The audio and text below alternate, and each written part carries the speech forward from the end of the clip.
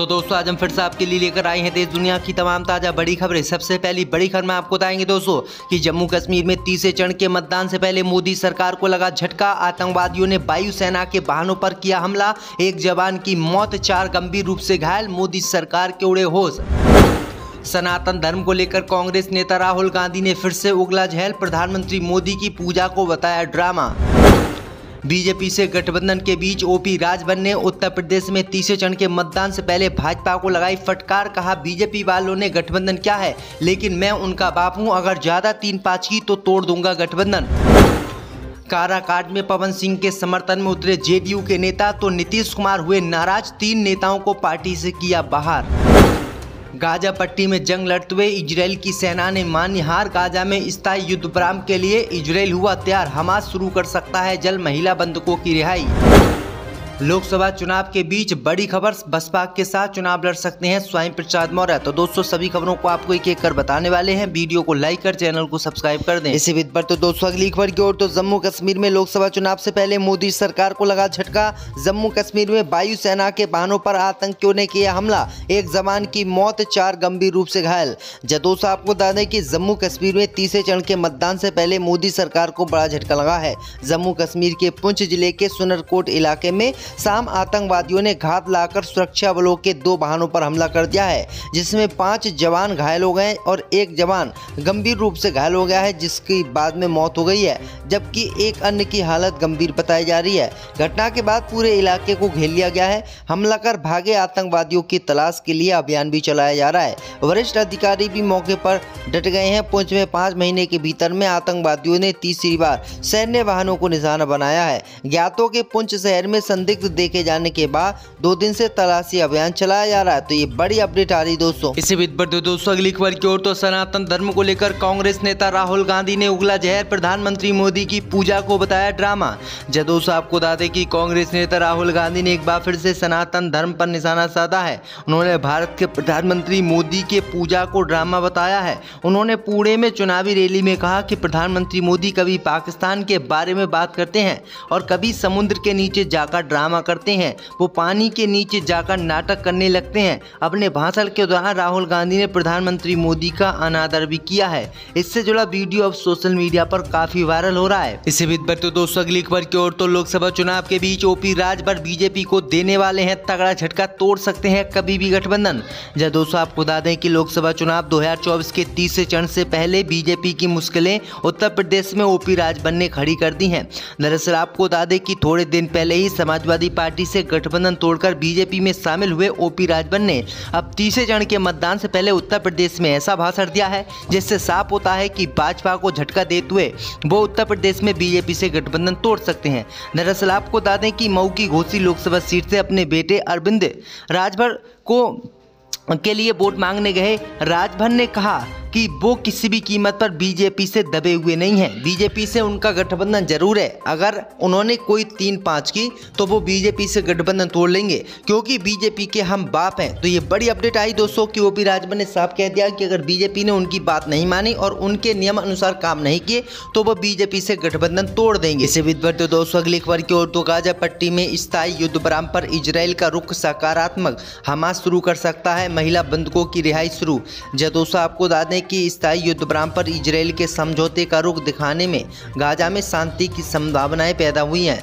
मिस्र की राजधानी काहिरा में चल रही वार्ता में शनिवार को इजरायली अधिकारियों के रुख से ऐसा प्रतीत हुआ है कि गाजा में 128 इजरायली नागरिकों को बंधक बनाए हमास की गाजा में स्थायी युद्ध विराम की मुख्य मांग है, और ये मुख्य मांग अब इजराइल मानने के लिए तैयार हो गया है। खबर ये भी आ रही दोस्तों कि जल्दी हमास इजराइल की सभी बंधकों को रिहा करेगा और गाजा पट्टी में स्थायी युद्ध विराम होगा, क्योंकि इजराइल भी जंग लड़ते लड़ते पागल हो गया है और उसको भी करोड़ों रुपए का नुकसान हुआ है। इसी बीच पर तो दोस्तों अगली खबर की ओर, तो काराकाट में पवन सिंह का साथ देना जेडीयू नेताओं को पड़ा भारी, नीतीश कुमार की पार्टी ने किया बाहर। दोस्तों आपको बता दें कि काराकाट लोकसभा सीट पर 2024 के लोकसभा चुनाव में दिलचस्प मुकाबला देखने को मिलेगा। एक तरफ एनडीए से उपेंद्र कुशवाहा है तो दूसरी तरफ निर्दलीय प्रत्याशी पवन सिंह है। इन दोनों के अलावा भाकपा माले ने भी अपने उम्मीदवार को उतारा है। इसी बीच खबर सामने निकल कर आई दोस्तों कि पवन सिंह का साथ देने के चक्कर में कुछ जेडीयू के नेताओं पर एक्शन लिया गया है। सीएम नीतीश कुमार की पार्टी जेडीयू ने अपने जिला स्तर के 3 नेताओं को बाहर का रास्ता दिखा दिया है। बीते शुक्रवार को इस संबंध में जेडीयू के जिला अध्यक्ष अजय सिंह कुशवाहा ने पत्र जारी किया है कि तीनों पर निर्दलीय प्रत्याशी पवन सिंह का साथ देने का आरोप है, जिसके बाद उनके ऊपर कार्रवाई की गई है। इससे बीच तो दोस्तों अगली खबर की ओर तो लोकसभा चुनाव के बीच बड़ी खबर, बसपा के साथ चुनाव लड़ सकते हैं स्वामी प्रसाद मौर्य। जय दोस्तों, आपको बता दें कि लोकसभा चुनाव के बीच बड़ी खबर सामने आ रही है। सूत्रों के हवाले से जानकारी मिल रही है कि स्वामी प्रसाद मौर्य बसपा के साथ गठबंधन कर सकते हैं। आपको बता दें कि स्वामी प्रसाद मौर्य हाल ही में सपा नेतृत्व पर भेदभाव करने और उनके बयानों का बचाव नहीं करने का आरोप लगाते हुए समाजवादी पार्टी छोड़ दिए थे। वह 2022 के विधानसभा चुनाव से पहले भाजपा छोड़कर समाजवादी पार्टी में शामिल हुए थे और फाजिल नगर से चुनाव लड़े थे, लेकिन उन्हें हार का सामना करना पड़ा था। अब खबर सामने निकल कर आई दोस्तों कि स्वामी प्रसाद मौर्य जल्दी बीजेपी बसपा में शामिल हो सकते हैं और मायावती के साथ मिलकर चुनाव लड़ सकते हैं, क्योंकि आपको बता दें कि आकाश आनंद पर मुकदमा होने के बाद मायावती ने उत्तर प्रदेश में उनके भतीजे की जितनी भी चुनावी सभा थी उन सभी को रद्द कर दिया है। तो ये बड़ी अपडेट आ रही दोस्तों। नेता राहुल गांधी ने उगला जहर, प्रधानमंत्री मोदी की पूजा को बताया ड्रामा। जय दोस्तों, आपको बता दें कि कांग्रेस नेता राहुल गांधी ने एक बार फिर से सनातन धर्म पर निशाना साधा है। उन्होंने भारत के प्रधानमंत्री मोदी के पूजा को ड्रामा बताया है। उन्होंने पुणे में चुनावी रैली में कहा कि प्रधानमंत्री मोदी कभी पाकिस्तान के बारे में बात करते हैं और कभी समुद्र के नीचे जाकर ड्रामा करते हैं, वो पानी के नीचे जाकर नाटक करने लगते हैं। अपने भाषण के दौरान राहुल गांधी ने प्रधानमंत्री मोदी का अनादर भी किया है। इससे जुड़ा वीडियो अब सोशल मीडिया पर काफी वायरल हो रहा है। इसी बीच तो दोस्तों अगली खबर की ओर तो लोकसभा चुनाव के बीच ओपी राजभर बीजेपी को देने वाले हैं तगड़ा झटका, तोड़ सकते हैं कभी भी गठबंधन। जय दोस्तों, आपको बता दें कि लोकसभा चुनाव 2024 के तीसरे चरण से पहले बीजेपी की मुश्किलें उत्तर प्रदेश में ओपी राजभर ने खड़ी कर दी हैं।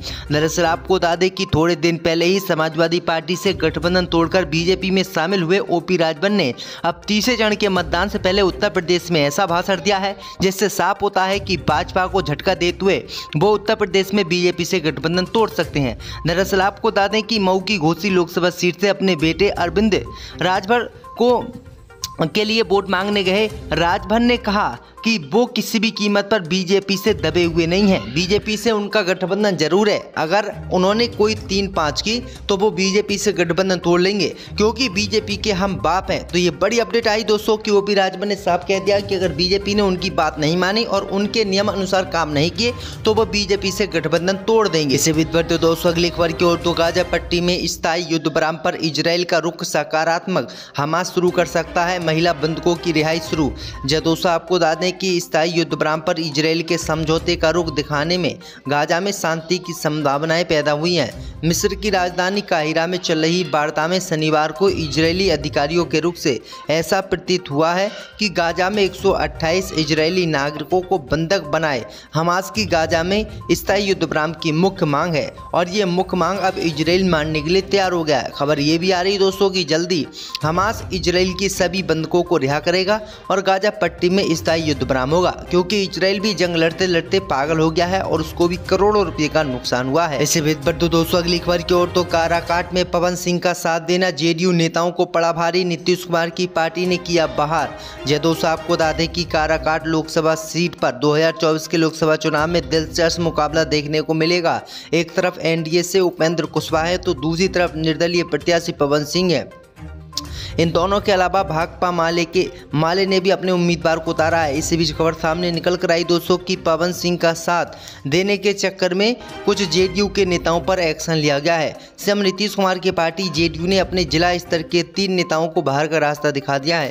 बीते शुक्रवार को इस संबंध में जेडीयू के जिला अध्यक्ष अजय सिंह कुशवाहा ने पत्र जारी किया है कि तीनों पर निर्दलीय प्रत्याशी पवन सिंह का साथ देने का आरोप है, जिसके बाद उनके ऊपर कार्रवाई की गई है। इससे बीच तो दोस्तों अगली खबर की ओर तो लोकसभा चुनाव के बीच बड़ी खबर, बसपा के साथ चुनाव लड़ सकते हैं स्वामी प्रसाद मौर्य। जय दोस्तों, आपको बता दें कि लोकसभा चुनाव के बीच बड़ी खबर सामने आ रही है। सूत्रों के हवाले से जानकारी मिल रही है कि स्वामी प्रसाद मौर्य बसपा के साथ गठबंधन कर सकते हैं। आपको बता दें कि स्वामी प्रसाद मौर्य हाल ही में सपा नेतृत्व पर भेदभाव करने और उनके बयानों का बचाव नहीं करने का आरोप लगाते हुए समाजवादी पार्टी पार्टी छोड़ दिए थे। वह 2022 के विधानसभा चुनाव से पहले भाजपा छोड़कर समाजवादी पार्टी में शामिल हुए थे और फाजिल नगर से चुनाव लड़े थे, लेकिन उन्हें हार का सामना करना पड़ा था। अब खबर सामने निकल कर आई दोस्तों कि स्वामी प्रसाद मौर्य जल्दी बीजेपी माफ कीजिएगा बसपा में शामिल हो सकते हैं और मायावती के साथ मिलकर चुनाव लड़ सकते हैं, क्योंकि आपको बता दें कि आकाश आनंद पर मुकदमा होने के बाद मायावती ने उत्तर प्रदेश में उनके भतीजे की जितनी भी चुनावी सभा थी उन सभी को रद्द कर दिया है। तो ये बड़ी अपडेट आ रही दोस्तों।